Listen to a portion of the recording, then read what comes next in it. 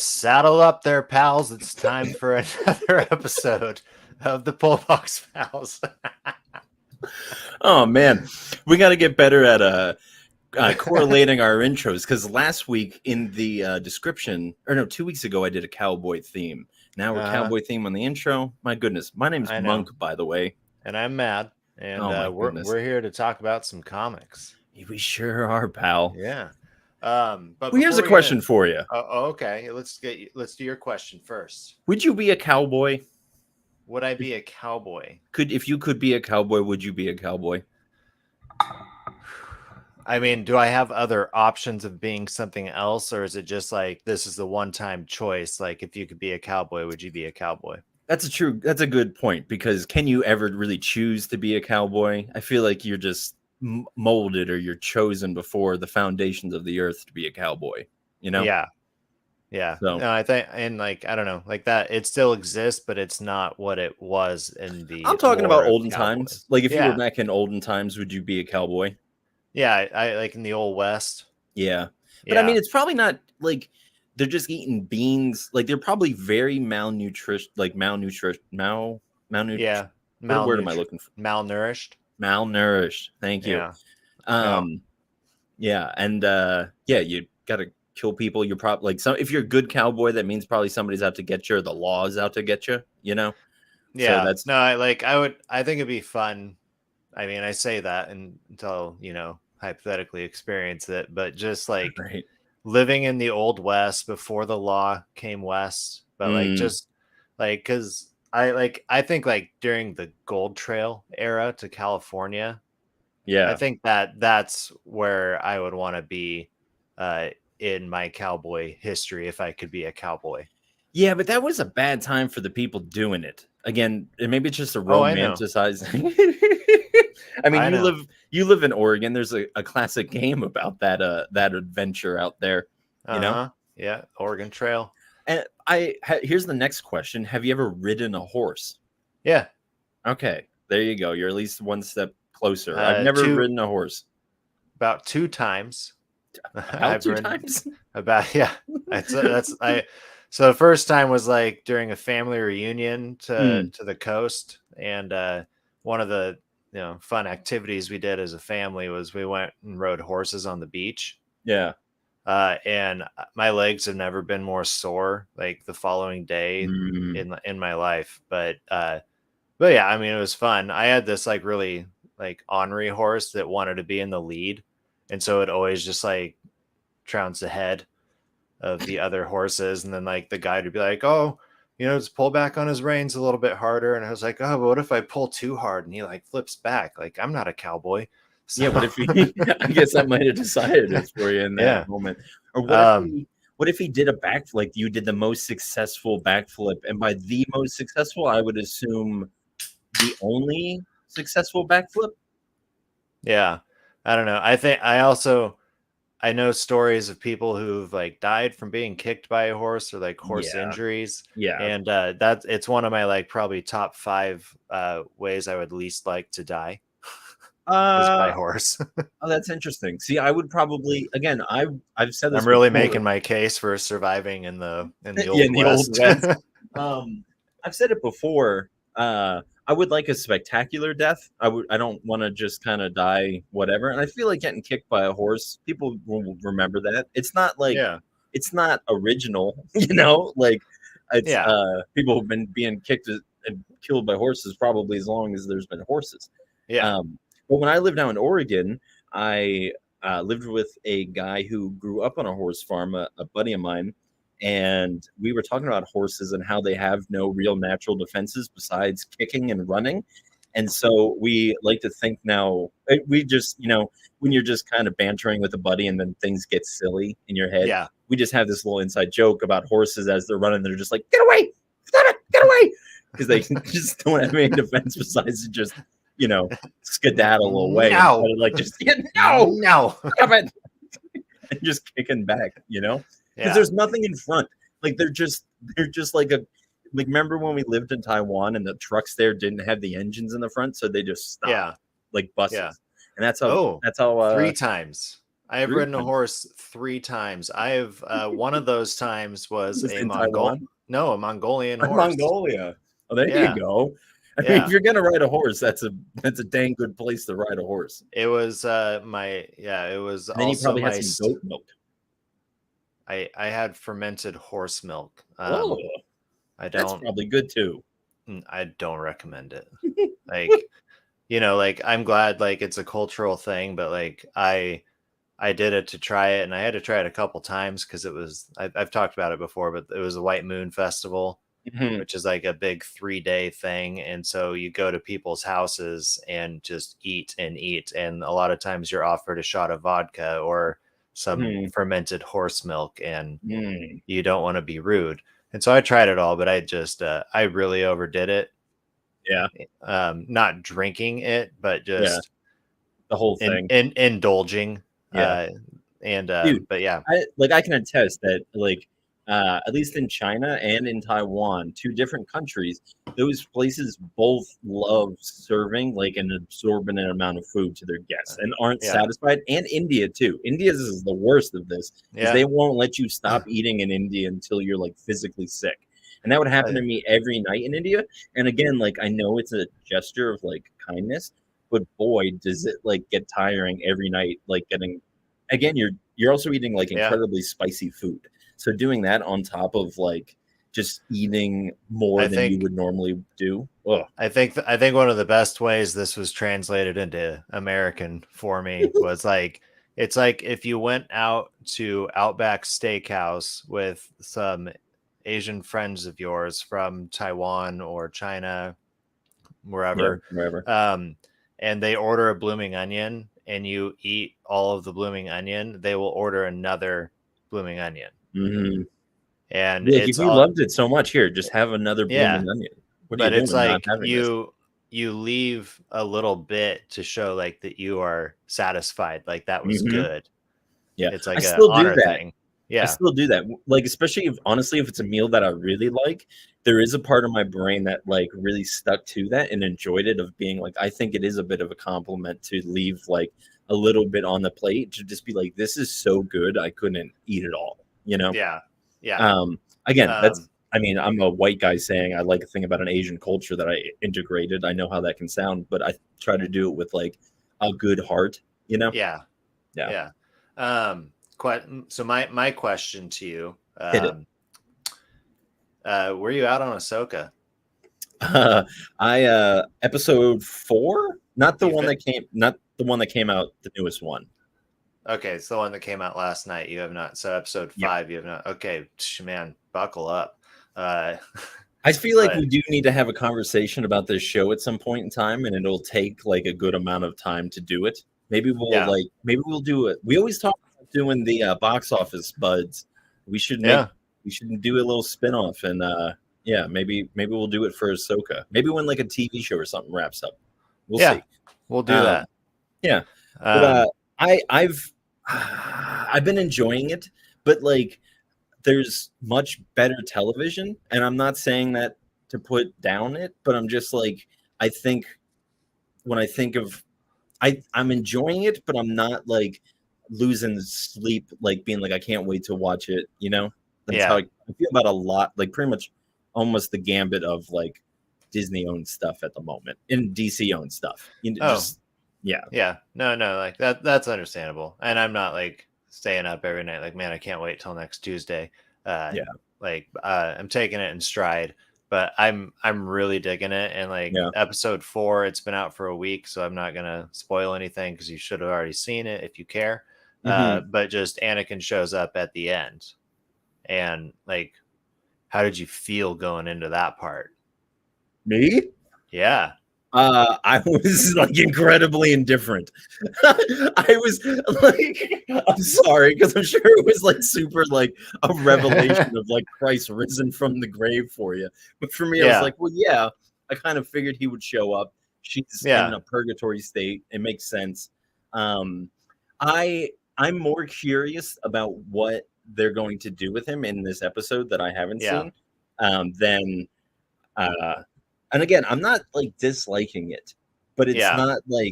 it's not resonating with me on any level other than like hee hee ha ha, that was fun. I kind of want to walk away from it and Yeah. like just let it wash over me. But I don't know. I don't want to say that's what Star Wars does best because that's not true. I really don't believe that's true. I believe Star Wars does a good job at speaking to themes and having like deep, poignant whatevers, you know. And I think that this is there. Again, I don't. There's we'll save it for box office buds Yeah. because I'll just start going to town and then you'll go to town and I want to justify the things and all Yeah. this stuff. The But yeah, only there's one thing that's taking me out of it, mm, and I think I said it before, but just the quality of the lightsaber fights, like they're cool, mm-hmm. but they're not like prequel cool. Do you mean like flippy and like high action? Yeah, just like, and like also what you would have seen if you watched Clone Wars and Rebels, like it was just a Yeah, little more like subdued. like yeah, and like finesse, and this is just, I don't know, it's like watching two people fencing Yeah, essentially. yeah, yeah. And I understand why like that would be an appeal because that is kind of like where like I think there is a very big change in how they do lightsaber battles in like the original series versus the prequels because in the original ones it is a lot more of like very just looking at the other person's stance and maybe like smacking blades every Yeah. once in a while and then like strike, oh now I got stabbed and I'm a ghost figure, you know. Yeah. Whereas in the prequels it's just a lot of like jumping around and like this robot man has four Well, and and it was also just like all that. a faster pace too. Mm-hmm. And I do know they don't. So the guy who did the prequels stunt choreography for like the lightsaber fights, his name was Nick Gillard, and uh, they don't have him. They haven't been using him in all this newer stuff. Yeah. I, And I'm not too terribly surprised. I feel like that was a criticism of those movies that the fights were a little too over. oh no, I loved him. Yeah, I mean, I'm either way. I love them either way.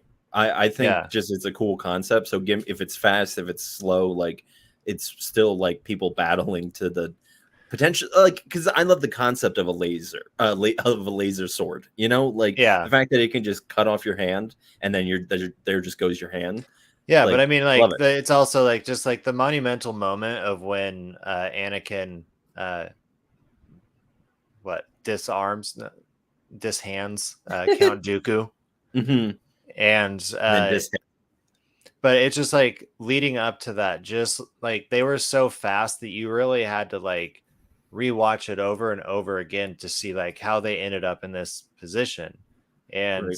in uh these newer ones, so especially in Ahsoka, it just seems like it's a lot like more strictly calculated to show like the meeting of the lightsabers versus it being really fast paced and like, oh my gosh, how did we get to this person being cut, or Mm, hmm. this disarming, how did we get there? And so I don't know, I like I don't like the fast pacedness of it, and like the prequels to me it just adds to like the mysticism behind like the Jedi Order and the Sith Order of just how they can be that focused. Mm. See, So I would think of the mysticism. I would go slow and stoic, but again, we should save this for we our box should office thing. We're getting because in there. we should move on to did you make it to your comic book shop today? I did. Maybe we should try to trademark that. Maybe put that on a shirt. Did you make it to your comic shop today? Ooh, that'd be it. Yeah. Yeah. Give us a like if you agree. Yeah, then we'll sell one shirt. Yes. I did make it. I feel like we'll get a decent amount, maybe not a decent amount. We'll get some overlap. Yeah. But I didn't get that many. I got 5. So Yeah. probably not that. How many I got did you a few. I didn't even count one. No, that's okay. I'll count while you share yours. How about that? That's fine. See, I always share your video when you your polls when you post it, but I never watch it because I'd like having this interaction here and have it be authentic and being like, ooh, I'm finding out IRL with the rest of the pullboxpals. But I know that you definitely got this one because I saw it in your thing. I think it was one of the first ones you put up. Oh yeah, no. And it is the speaking, Enfield Gang Massacre. Speaking of cowboys, it's like this is the era, really. Like, I want to have lived to when like law came into town, as well. So that would have been terrifying, but yeah, it would have been a good time to live. I'm so excited for this. Like, I loved issue 1. It was just such a complete comic to me. I'm really looking forward to issue 2. Same. I was actually thinking about today because I don't think we talked about this when we talked about the first issue before, but I'm really happy that you're reading this because this is, I think, the first that Texas Blood thing that we're reading together. Yeah.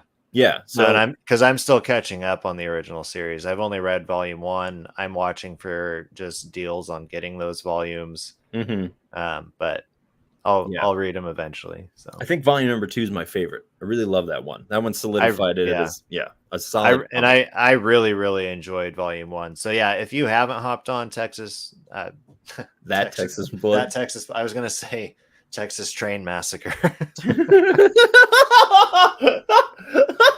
Because I'm trying to think, is that a train that just kills a bunch of people, or is it like a man that's a train and he does the same thing as the Texas Chainsaw Massacre man?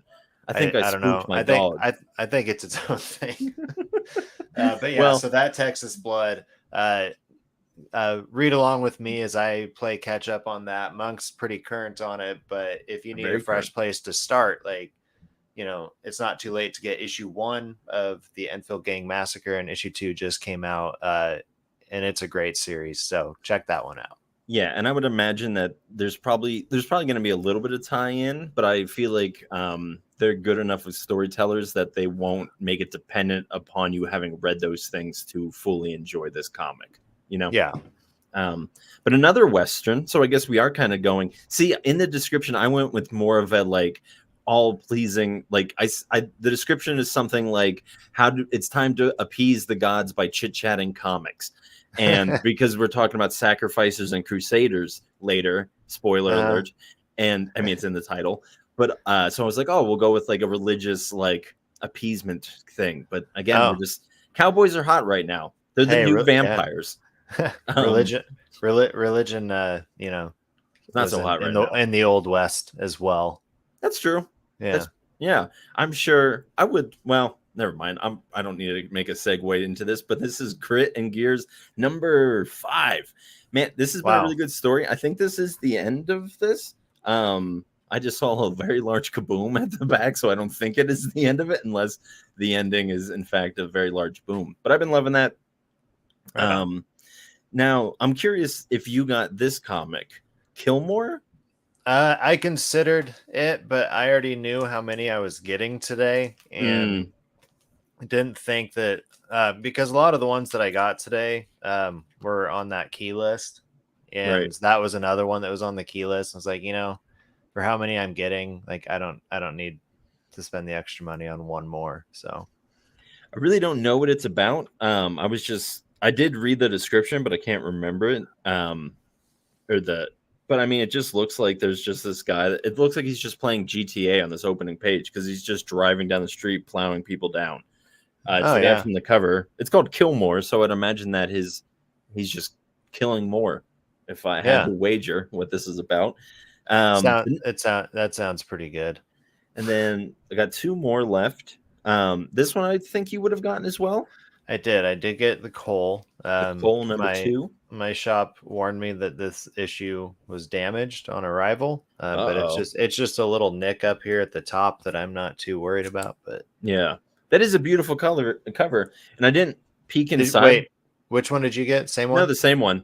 I'm Oh, just okay. it is a beautiful cover. I just forgot to look inside and treat myself to this. It's so beautiful, but there's so much text. Oh, Yeah. heavens to Murgatroyd, there's so much text. Um, so I hopefully it's good. You know, yeah. I was a little like meh on it. This is definitely going to be like the deciding factor of if I continue or not. Oh yeah. Yeah, might be on that bus as well. Yeah. I did really like issue 1. I liked how it went. I like the premise. I just don't know how things are going to go after this issue, and I don't know. We'll see. We will. We'll Time will find out tell. together.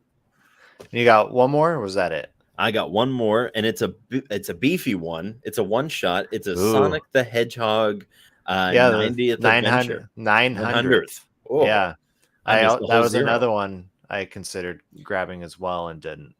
Dude, it just looks beefy, and I don't know if it's one long story. I would imagine that it is if it's not the 900th adventure.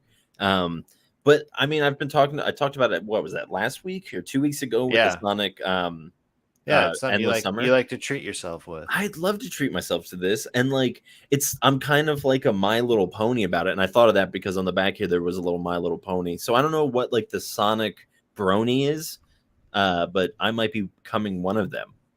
So, but the That's fine. games are damn near unplayable. Like the I old ones on Yeah, Sega Genesis. they did Sonic Mania a few years back, and that was really good and fluid. A lot of the old games, I think the jumping and isn't as fluid as like a Mario or something Yeah, like that. You no, know, I agree. yeah. Um, But that yeah. was all my pools. How about you, my pool pal? Well, yeah. So I recently discovered I'm still on the list for this, which I'm actually thankful for because I do want to keep collecting the series. We got Darth Vader 38 here. Um, Ooh, I'm still I like behind that on, cover. yeah, I'm still behind on Star Wars, but Aren't we uh, all? you come into your kicks with Star Wars every once in a while, and so that's when I plan on catching up. Yep. I got a couple more Marvels here, so, Marvel number ones, but this is one I've asked my shop to just go ahead and start pulling the series for me. Ooh, But it's the new startup team for Daredevil, so we got Daredevil number 1 here. nice. Um, and then I saw this was coming out, and I'm interested in this character. I think a little bit more since the movie came out. But it's Werewolf by Night number 1. I was just thinking about that the other day because we're kind of getting to the anniversary of that, and I really enjoyed that. I think No, that's they need to do it's more of that. the thing that I think is, and we'll see because this is year 2. But like I immediately knew this is something I'm going to be putting on during Halloween season. Like it's pretty rewatchable. It's Yep. not super connected to the rest of the MCU. It's its own one shot special presentation Mm-hmm. show, and it's like 45 minutes long. If that, Yeah, I'm thinking it's like 50 something. I'm not 100% sure. but yeah, no, it's just brilliant. So I'm going to be watching it Yep. in a few weeks, coming Just down the road. Yeah, once it hits October, I'll be throwing it on. I'm pretty sure. Yeah. But before that, you're going to be reading. Yeah. So another thing I picked up, I set up this perfect segue for you. Come on. yeah, Before that, you're going to be reading. this, Yeah, yeah. Batman. I was thinking you were going to say the name. My bad. I Uh, threw. We can't. They can't all be slam dunks. no, I'm sorry. I wasn't paying attention. It's So, okay. um, but yeah. So this is Batman Gargoyle of Gotham, and I got the Nor edition of it. That looks I pretty don't dope. know if that changes the outside of it. Mm, But this is one of the variant covers. I told my shop that like if I get this is the variant I want. If that one can't be gotten, get me this one. And if that one gotcha. can't be gotten, get me this one. Well, they Yeah. got all 3 of them, and I was like, well, I didn't mean to say I wanted to buy all 3. I was just saying that this is the order in which I would prefer to have the cover for this. Right. But yeah, I so mean, it's this one, Batman. People will buy Batman. yeah. But the other 2 covers, the main cover was one of them I asked for, and then one of the other variants. And the other variant was drawn by the guy who wrote it.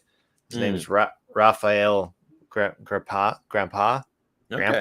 Like Yeah, man. Looks like Grandpa. Grandpa. it has an accent on the last day. Hey, don't we So all? But anyways, I'm really excited about that because I think the things I look for in DC come out of Black Label now. Just because I've had a few good shots at some Black Label stuff. Yeah. That's really, the Nice House on the Lake is actually like kind of kicked off Black Label for me. I said a horse on the lake. Yeah, but I'm gonna remember that for later.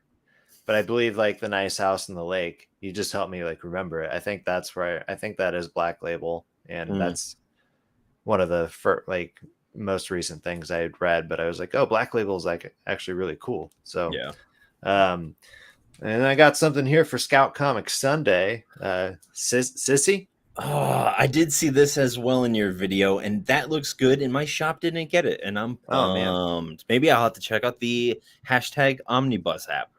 Yeah, give that a whirl. I'm excited about this next one. It's issue number 2 of 6 for the Madness. It looks good. AWA. Yeah, Mark's mad all the way. That's right. That's what I always say. I can't stop rhyming today. Ah. What if I just couldn't stop and then I just died because I just couldn't keep rhyming? I would just continue. That would be a spectacular death. And watch you roll. I would like to see how far you can go with your rhyming one day. To Valhalla. That's how far. It'll be in a battle. So I don't know if I knew this before because I had asked to pull this a while ago. It's issue number 1 of the alternatives, but it says it's from the world of Minor Threats. I don't know if I knew it was connected to Minor Threats before today. Oh man, I have Minor Threats on my to read pile. Like it's sitting downstairs, and I should get on it.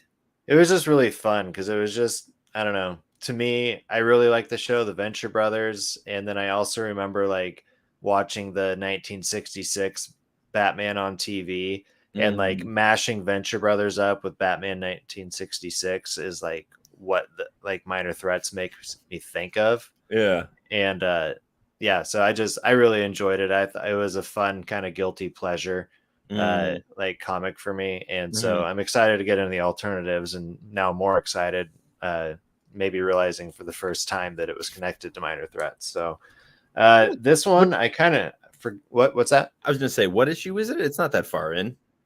What, Minor Threats? No, the alternatives. No, this is issue 1. Oh well, there you go. You don't feel bad about not knowing. Yeah, I didn't even know it existed before like 2 minutes ago. And then this last one, I got another boom this week, which, I haven't.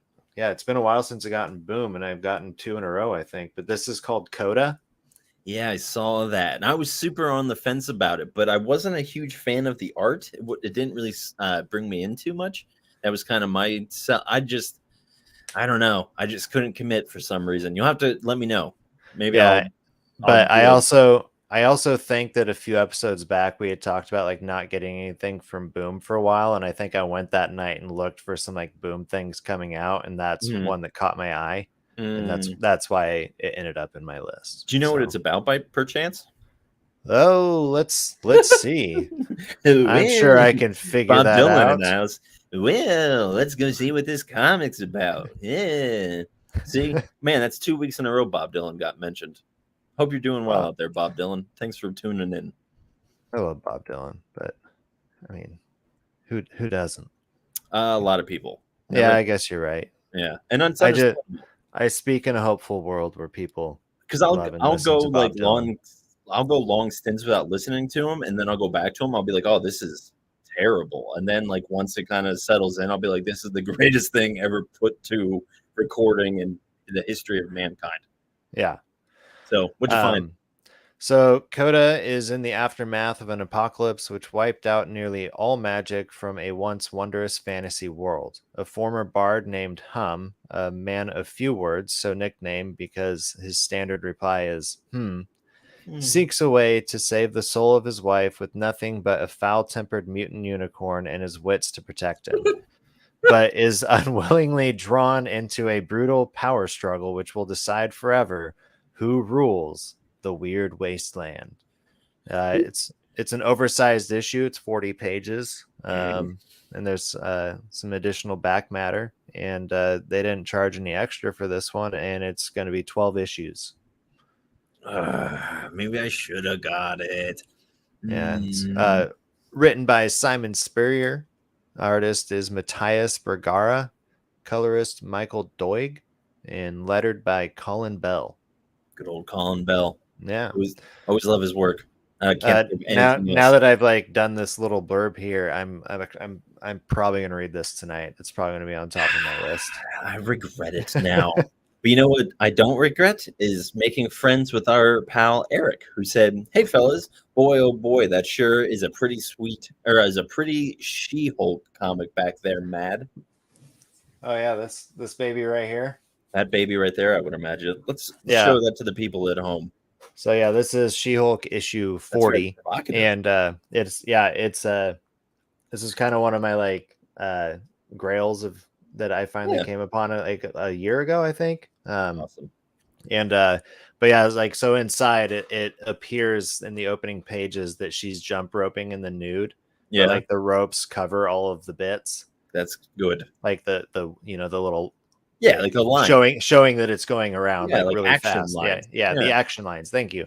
yeah. Um I've written and comics. then but then when she stops, she is just like in her like suit. So it was like a very drawing like, oh my gosh, is she? And No, it's a but yeah, so hey. it's fairly sought after She-Hulk as far as I understand. It was You're a only like, pretty sought after She-Hulk. oh, thank you. No problem. Thank you. I'm trying to I heard build that you up. I heard that they're possibly making a season 2 of She-Hulk. Yeah, why not? Yeah. Keep doing me stuff, Marvel. I'll keep watching it and going. That I'm was gonna watch fine. it. Yeah. I Scratching mean, my head being like, all honestly, right. She-Hulk was one of my favorites just because of like it didn't try to really do Yeah. anything.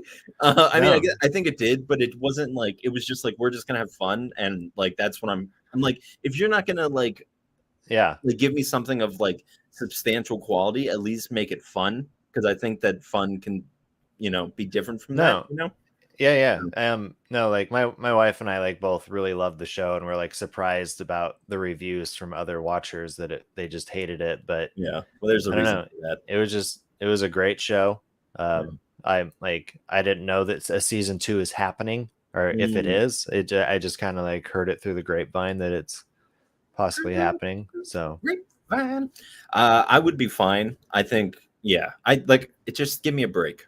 If they want to give me a break, I'm fine. If they want to like just take 5 years and like find themselves in Tijuana and then come back, no, totally. now that they're hiking their price up to like 18.99 a month, they're just gonna try to Oh, keep putting out content. So you have to keep your subscription so you can yeah, watch it. good. That's a great call. Unless you Anyways, want to save up and just binge a lot of stuff and just pay for a month sometime. But uh, I don't want to do that. here's what I'll say is that if things get worse, I'm gonna head out to the high seas. If you catch my drift. Uh, with me and Jack Sparrow, we're gonna go loot and see what we can find. See, that's the other thing. Like back at the cowboy question, I was thinking like, I mean, as opposed to like, I don't know what, being a pirate, like, I because mean, those things. I don't know if they were happening at the same time. Maybe they were. no, I don't But, mean that. I just mean like if you could be like, uh, part of a pirate of a demographic that has cowboy. That's like a good a one. lot of like This is the most historical lore, like, would you be a pirate or a cowboy? man. This is the most two white guys in their 30s conversation on a podcast you could possibly have. But to answer, I'd probably be a pirate. I'm scared of the ocean. But anyways, what would you do? Answer this quick and let's do it. I'd be a pirate as well. Yeah. Yeah. Shiver me timbers. Give me scurvy. Um, Um, well, hey, we both read a couple things this week, my goodness. What a and surprise. one of them was called Hunt for the Skinwalker. Ooh. Yeah, I And definitely read it. yeah, and so we kind of briefly talked about it messaging this week. Mhm. But it seems that I may have liked it more than you did. Yeah, and I think I was in like a little bit of a sour mood when we were texting. Oh, And so I might have chalked that up to how I interpreted the comic. yeah. But yeah, so before we get into like anything like that, why don't you set it up and tell me some things that you liked about it? Well, I mean, one thing you said that I like fully agree with is just the premise of it is really cool. I do like that it's like rooted in, a folklorian historical sense, like something that has happened and possible conversations that happened. My kids were, uh, they like were really, I don't know, skinwalkers were like a thing for a while. Really? Yeah, with That's like, interesting. That's a definitely out west thing. yeah, and like my, at various times in my children's lives, they've brought them up, but then also been like scared of them, but also just trying to voice their thoughts on it because they, maybe Yeah. they're scared of it. But so yeah, it's just like it's cool for me in that sense.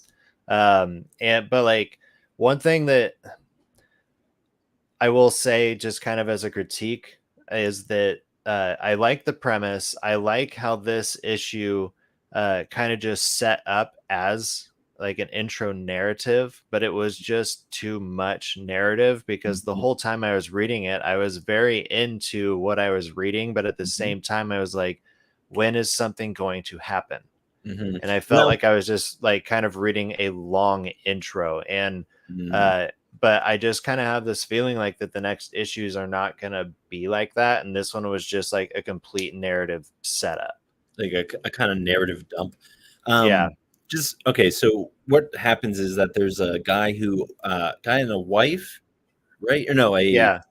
but there's like some kids on the farm, and one of the kids is not his own. It comes and goes. Maybe I can't really remember. I think it's his nephew. Yeah. Um, and at the beginning, I really do like how it opens because it opens with like him looking into the sky, and in the that opening page, you can see something behind a cloud, and so you kind of can tell that he's looking at something. Yeah. Um, and I, the first thing that was kind of like, so okay, before I go into that, he sees this thing in the sky, and then the narrative is just kind of him. Something weird happens to him. He mows the field, and then it like grows right back. And then his Yeah. wife puts away the groceries, and then the groceries somehow end up back in the bag. Yeah. Um, and yeah, so I really like that, but I feel like around that point there was this weird like narrative shift where like it became more. I felt like the narration came in too late into the comic. Does that make Hmm. sense? Like it wasn't on from what I remember, and unfortunately I don't have the comic right in front of me, but it seemed like at least from where I was reading, it came in at a weird time. And Yeah. we've talked about this in the past about how we really enjoy a comic that where it just sets up the world and then on the last page the thing happens that kind of is like the call to adventure, you know. Yeah. This one I feel like there was like three call to adventures but no real call to adventure, you know. Yeah. Yeah. um No, like I agree with you on that. It just, I felt like it did a good job of just like setting up what's to come, but it didn't leave you with really anything other mhm, than that this event happened, mhm. and you're kind of left to like resonate with You this know what just it, happened, like what comes next. yeah, do you know what it reminded me of? Huh. Blue Book, which you Yeah. and I just let sail off into the distance. Yeah, no, I mean, I read Blue Book all the way through, and Did you? I Did you actually, finish? yeah. So Okay. I have our Discord, or not our Discord. I have the Comic Book Layers Discord open right Yeah. now. Cool. And I was talking with Kyle about it, Okay. and yeah, I said the same thing. I said, yeah, it reminded me of Blue Book, but less dull. I Cool. really, yeah, and I said I really like the setup of this first Funny. issue, and like I liked it enough to be like, I think that the ensuing issues are going to be a lot better. Yeah, So I would agree. And like we're sitting, and I think we've stated it already. We enjoyed the premise so much that I think that's why we're sitting here being like, man, this could have been better. yeah, Um, and honestly, like I said, I need to go back to it because I'll just truth be told, the narration got so kind of repetitive towards the end, and like so kind of like I know where this is going that I just started like turning the pages and just kind of skimming. So yeah, maybe there is some stuff that I missed in there. Just, yeah. but No, like I really liked it. I might reread it. I'm also looking at the variant covers for it, and really wish I got one of the variants. yeah, I mean, my cover that I got for it is absolutely beautiful, you know. So, Good. and You got again, the? Did you get the green one? yeah, I got the green one Yeah, with like the yeah, skull coming up. yep. Yeah, I'm looking at that one. That's such a cool cover. But yeah, so that's written by Zach Thompson, and the artist is Valeria Berzo. Okay. Um, but Zach Thompson, I feel like has done something else that I enjoyed, but I let me can't see. remember what it is. I'm gonna see if I can pull up this cover. Hold on a second. Sorry that this is taking so long, everybody. I thought you were going into the Price is Right theme song for a Yeah, second. uh, yeah, I do really love this middle guy here. Is this Yeah, you got this first one? I got that first one. That Yeah, one's not bad. I do think that this one is the best, but I don't think that this is like really representative of like the story that happens inside. This might be yeah. No, it's just a really more. cool cover. It's a very cool cover. So, yeah, I like I Zach said, I'll Thompson's get. done quite a bit of stuff. Just so you know. Maybe I'll look at it then. But yeah, I mean, I really don't have anything more to say about then. The art is really good. Yeah, I enjoyed the premise more than I'd love the execution, is what I said to you in the text. yeah. No, and I agree with you. Yeah. But yeah. Let's do a classic high five across the screens. Wait. Yeah, One, now two, we three. don't know what we're doing. Oh God. Oh, what's happening? Oh, it's anyways, Sorry, enough of this. that Sorry, everyone was listening. That that was was just some for shenanigans. that was some shenanigans. That was some dudes being bros right there. Um, but know where you're not going to see dudes being bros. Swan Song number 3, because it's No, mostly definitely, about this definitely couple not in here. this one. No Yeah. bros there. What Mm-mm. did you think? Uh, Where does this sit on your Swan Song Hall of Swans? it. I mean, it was definitely a swan song. But it wasn't as heavy to me as the first two How do you feel about because that? well, because what the first one is this kid at the end of the world trying to like help his dying mother out, and it Mhm. doesn't really matter because everybody's gonna die anyway. But he wants to be with his mom and take care of her until the end. Right. Um, and so like that's like losing somebody you're close to, and then the Mhm. second one, kind of the same thing. It's like there's this married couple that spent a good lifetime together, and they called it quits, but Mhm. it also ended on like a hopeful note. So again, like, separating from somebody that you've known and trusted. And in this one, it's a building of that between the two couple on the cover. Mhm. But then when these other characters show up because of all of the narrative that they did in their spare time, because the guy had all of his books, and like one of the Mm. books that he read was, you know, when the zombies attack or whatever. And so they That's kind Novel of, Survival Guide, Volume 2, yeah, specifically. yeah. Yeah. And so like when Did we these say that other, they were like the survivors of an atomic war? They called it the Forgotten yeah, War because they yeah, I didn't know think what it so. was over. I'm sorry if I missed that. I just wanted to clarify that. Yeah. So like, yeah. So yeah, they're all living like post apocalyptic time. And these two people, the, the main characters, I don't remember their names, but they find each other out in the wild after they find out that the air is breathable again. Mhm. It's Evan And and Adeline because Evan yeah, is like Eve and Adeline is like Adam. It's something like right. that. Yep. I'm like, Yeah. oh, that's they do try to do like a Genesis narrative. I think it would have been Oh more yeah. impactful if he tried to write like in more of like a biblical like poetry style rather than like he spoke very much just like those people were just modern people in a post-apocalyptic world, so he kind of spoke how they wrote, Yeah. which made me like, well, who's the narrator here? I think that more disembodied Genesis, like actual Bible Genesis Yeah. Well, because the writing. idea is like a new Eden, but like with the Hmm. new Eden comes new things to struggle and strive with when Yeah, that comes to other people. And so when other people show up, it's basically a Cain and Abel story. yeah. And like that's where the first three chapters of Genesis like end, is like opening up chapter 4, I believe, with Cain and Abel. Mhm. And this issue had Genesis 1, Genesis 2, and Genesis 3. Yeah. So Yeah, I think I enjoyed it. My only thing is I feel like it could have been sadder. I feel like they could have yeah, made it and that's what too I mean. Like it just wasn't as heavy heavy. as it was like more shocking. Right. And I Because it's wasn't even just, that shocked because it and kind of it set was it a up. it was just, it it was a was little like a heavy-handed. light, it was like a light spark of a shock. Like, Yeah. It was more of just like, how would you not know that this is that? I think yeah. that's more of where I spent my time, of just being like, have you just been so separated that you've forgotten?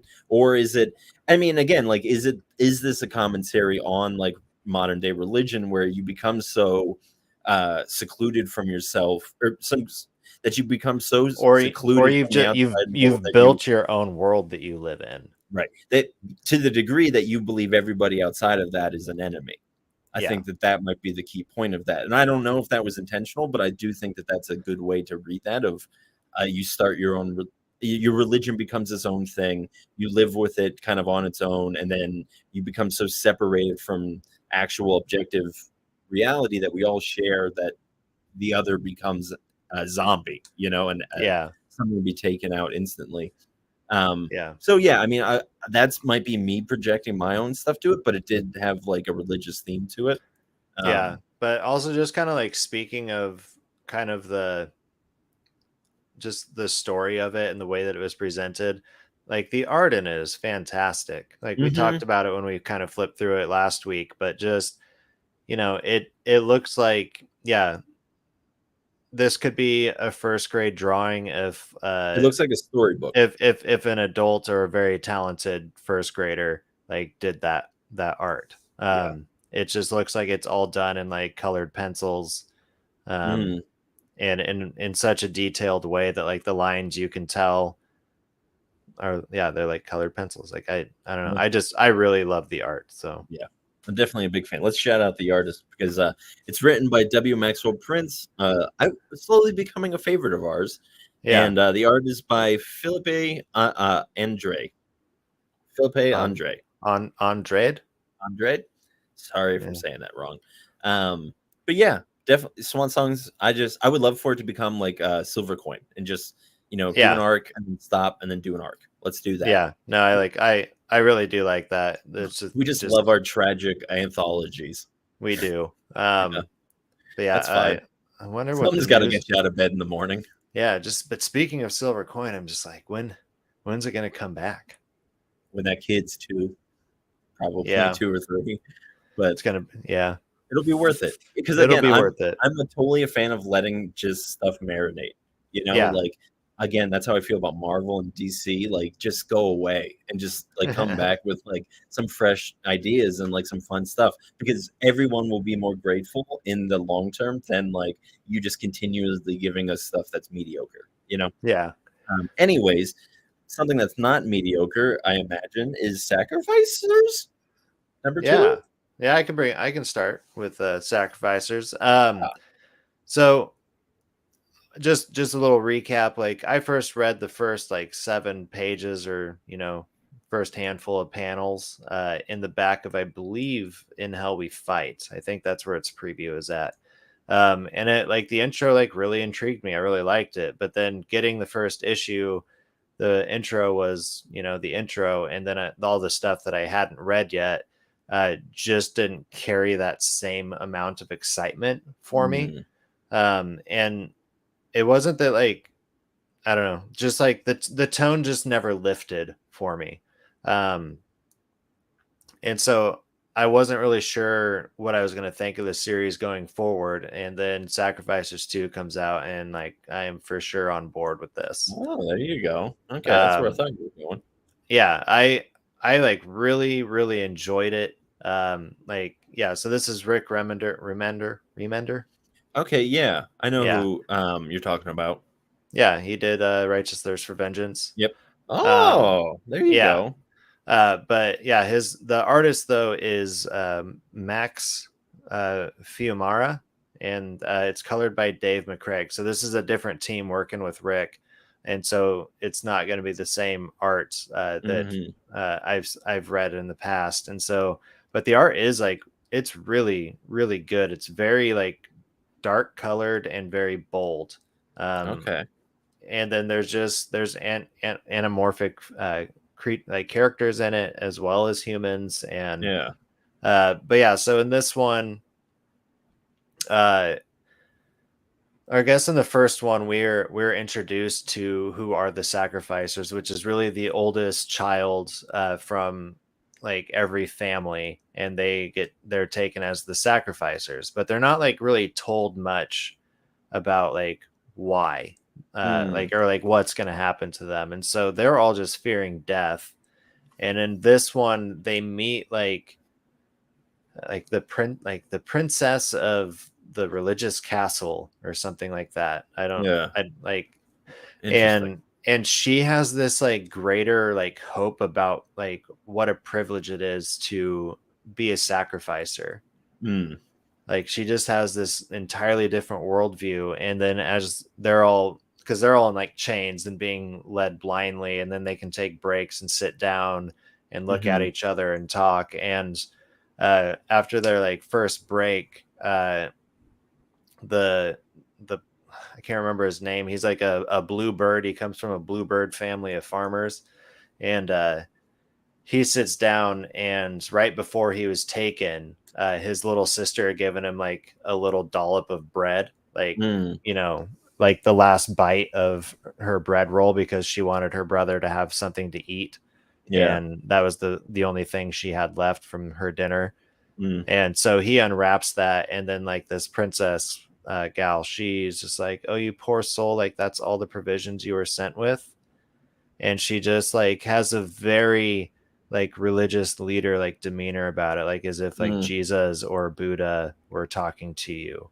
Uh, like this is her having grown up in like a palace of like religious understanding and knowing like the secrets that the common folk won't, yeah.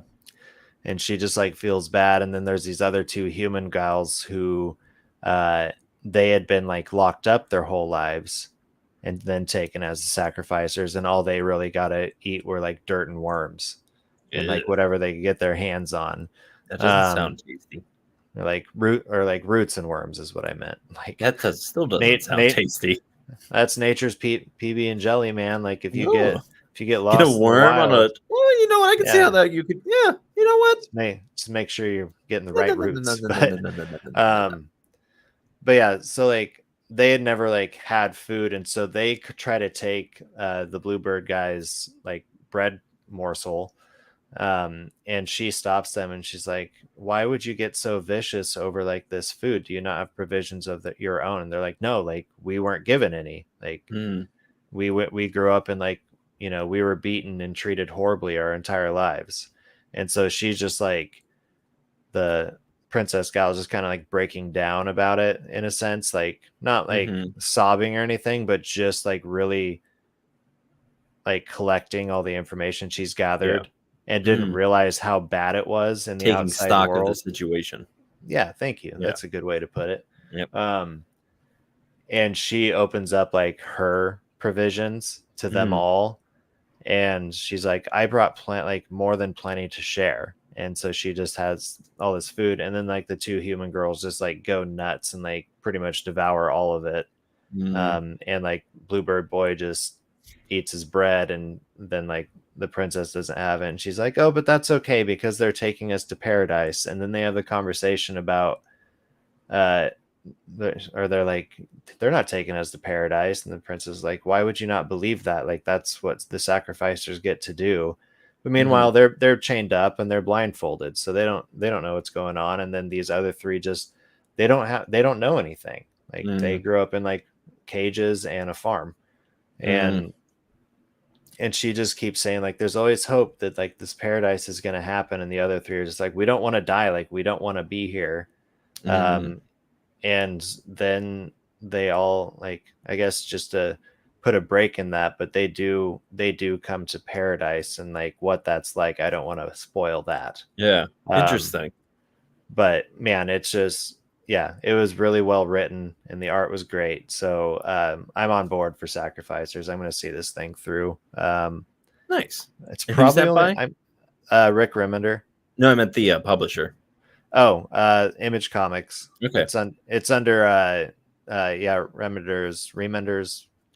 Good grief, I can't remember which one it is. I can't either. It's under his imprint, the Giant Generator. Okay. Yeah. Interesting. That's cool. but yeah, it's looks like it's gonna be 4 issues. So Oh, there you it's go. right in your ballpark. That is right, my ballpark. We might get back to that later, though. So, something sticking kind of on that religious sacrifice theme, like I mentioned that we were going to be doing up top, Crusaders that I just bumped the microphone with. Um, I really enjoyed this. Yeah, again, like this is a comic I just bought because I like the idea of like a knight of the like round table doing something, of the Knights Templar doing something, you know? Yeah, Um, so this comic picks up and they're like crusading, and so they're just pillaging somewhere and slaughtering the infidels. um and this crusader, as he's doing this, he's never named, and we never see him without his helmet on. They actually try to take it off of him, and they can't take it off for some reason. But he's hearing somebody yelling for help down in this tavern. So he goes, like, climbs into this cave, and when he gets down there, there's like this occult type thing that's happening, and they're all drinking from like a goblet of blood around like this cauldron, and there's like a bunch of people hung up like on top of it. And so this is, I've only ever seen this done in one other comic, and that was the Hulk. I don't know what comic it was from. I just saw this panel where Hulk, like, over time becomes like the embodiment of darkness and like evil, and just like the he becomes the full embodiment of like negativity and just all bad things, right? And yeah, so Hulk gets to the end of time, and then there's like the embodiment of light there waiting, and in that moment they're like supposed to like merge together to make the next universe, and that's how that works. And mm. Hulk just like rips the guy in half, and as he's like, Classic Hulk. yeah, like as he's killing him, the guy says, "This isn't how this was supposed to go." And I think that that's like one of the most chilling things, of just like somebody was trying to do something in that instance of like great importance, and then it just like hit the fan real quick, Yeah, and like just being like, "Oh no, things went bad real quick." things have gone badly. Yeah. And so this crusader here, he walks upon the sacrifice, and as he starts like killing people and like trying to intervene, but because like all this stuff is happening, the spell goes wrong. And so all the like people in the sacrifice die, and like all the people who were like drinking like from like the blood, they all like go up in flames, and one of the priests is like, "Oh no, what have you done? You screwed it up. This isn't how this was supposed to go." And then the crusader, he gets sucked into like this wormhole and gets sent through like space and time, and then he comes out Oh, in this like crazy world of like let's see if I can pull it up, of like weird like frog creatures and like goblins and like frog creatures. So you can see, if you're watching, like there's some like gremlin looking things, and then huh. he saves this like little frog creature's life, and he kind of becomes his companion through this world, this guy here. And yeah, and then there's like they get like this, something gets sent after him that's like just this, he's stabbing somebody in the throat right here. He's a bad guy, so a bad guy got sent after him. So it's just gonna be really cool to see, like, because he is just like a crusader, like he's just like everything he's doing for like religious duty and all that stuff. Yeah, and so just to see like how like somebody who's like, I'm everything I do is for the Lord God Almighty, there's a frog man talking to me. It's just like very interesting juxtaposition, you know. Yeah. um so yeah, I'm pretty stoked on it. I'm gonna definitely stay on it for at least a couple more. If it keeps, I think it'll be good, so I'm gonna stay on it Yeah. as long as it's good. And that's Mad Cave, right? Yeah, that's Mad Cave. Mad Cave, Yeah. dog. Right on. Right on. Cool. So do you got any spot out shout outs, spout shout outs you want to do? Yeah, so I mentioned getting on a Star Wars kick, and I have but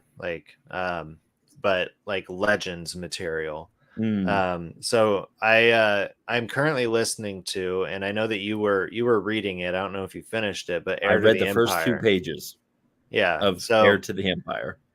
I think I read that initial like Thrawn trilogy, Hmm. probably about 10 years ago. Ooh. And I don't know, I wanted to start like revisiting it. So I got the audibles for them, and I'm listening through them. But then I was like, oh yeah, Dark Horse drew them up uh, a few years ago, and so that yeah, this is the cover for issue 1. I'm on the wrong page. There we go.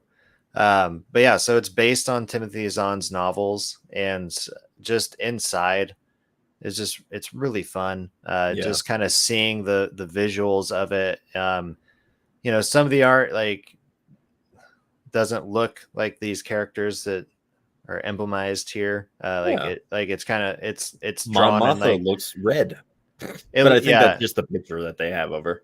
yeah. So these aren't how you see them drawn though in this comic. This is actually Thrawn is. This is Okay, I a like how good he looks. Thrawn. I like that Thrawn. But yeah, so written by Timothy Zahn, but the writer who adapted it for the comic was Mike Barron, Mm. artist Olivier Van Vatine, Mm-hmm. another artist Fred Blancard, colorist Isabel Robero, and a letter Ellie DeVille, and edited by Ryder Windham. There you But yeah, go. so I just wanted to like share this too, because like if you do get like that itch to get back into those, like those are not a bad way to go. They changed the story up just a little bit, like just to kind of cut time in a sense, Mm-hmm. or I guess cut panels, Mm-hmm. just to get it in there. But like it does cover like the entire story. And if you've ever wondered like what's going on like in Heir of the Empire, these old like legends that people loved, I don't think the comic's a bad way to go. So Yeah, there you go. Yeah, I mean, I kind of want to read the books before I read it because I don't want to. I don't know. I feel like I'd like to take the bigger story and then have the condensed version of it. But I yeah, feel like in reality, I'm going to consume neither, and I don't yeah, want to you do should. that. That's why you just do the Audible, man. That's a good idea. I got like two more I'd want to just quickly shout out. Yeah, go Um, for it. and these are both issue number 4s, ironically. Ooh, Um, Banshees number 4 continues to be very, very, very, very, very good. Really looking forward to. I don't know if it's wrapping up soon, but really liking this. This is very much just gives me like it gives me same vibes as like Buffy the Vampire. It's a fun after school story, but it's kind of dark, you know. yeah, And yeah, so totally happy with that. Gonna keep going along with Feeder. This continues to be very good. My only complaint is that last week I said I think one of the funniest things I might have ever said ever was the last we saw our hero. He was dope sick or whatever yeah, it was. Now you can never tell a good joke twice.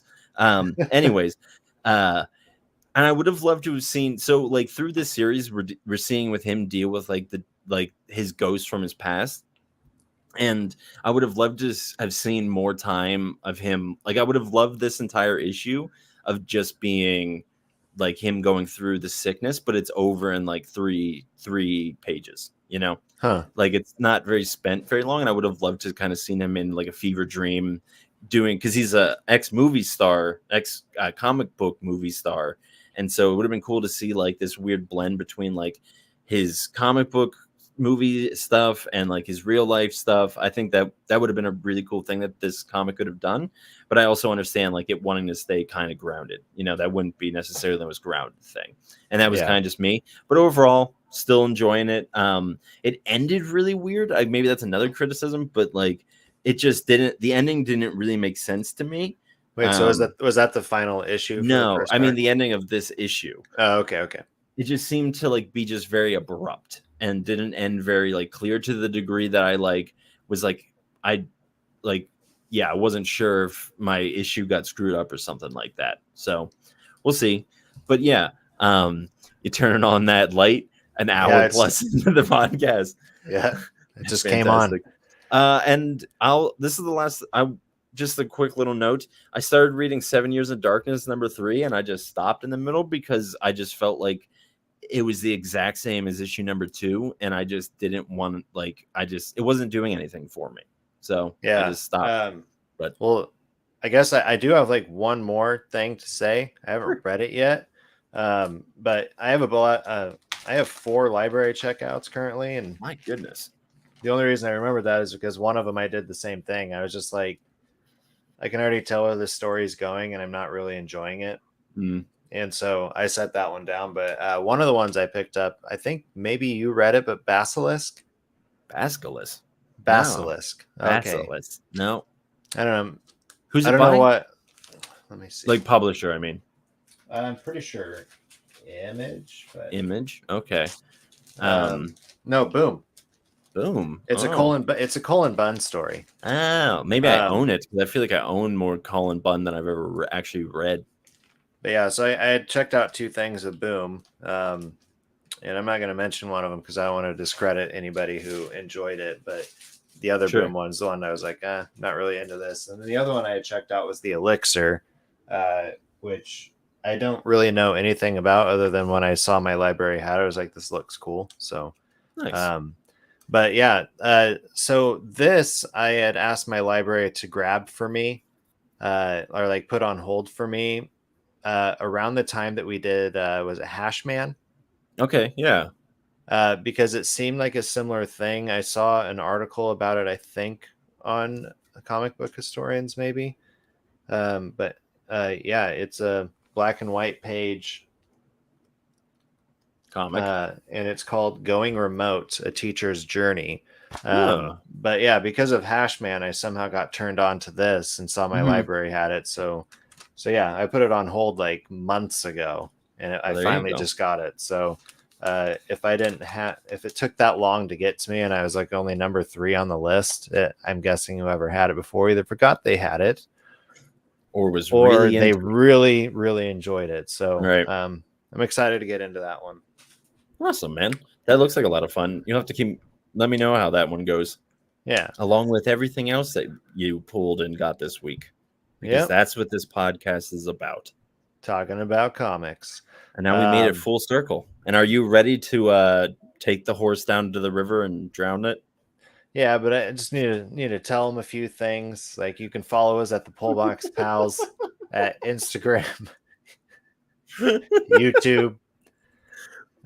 Mate, are we on? Yeah, we're on Facebook, aren't we? We're on Facebook. We're on Facebook right now. Yeah, we're live on Facebook. So somebody might even be watching from Facebook. Maybe. No one's watching on Facebook.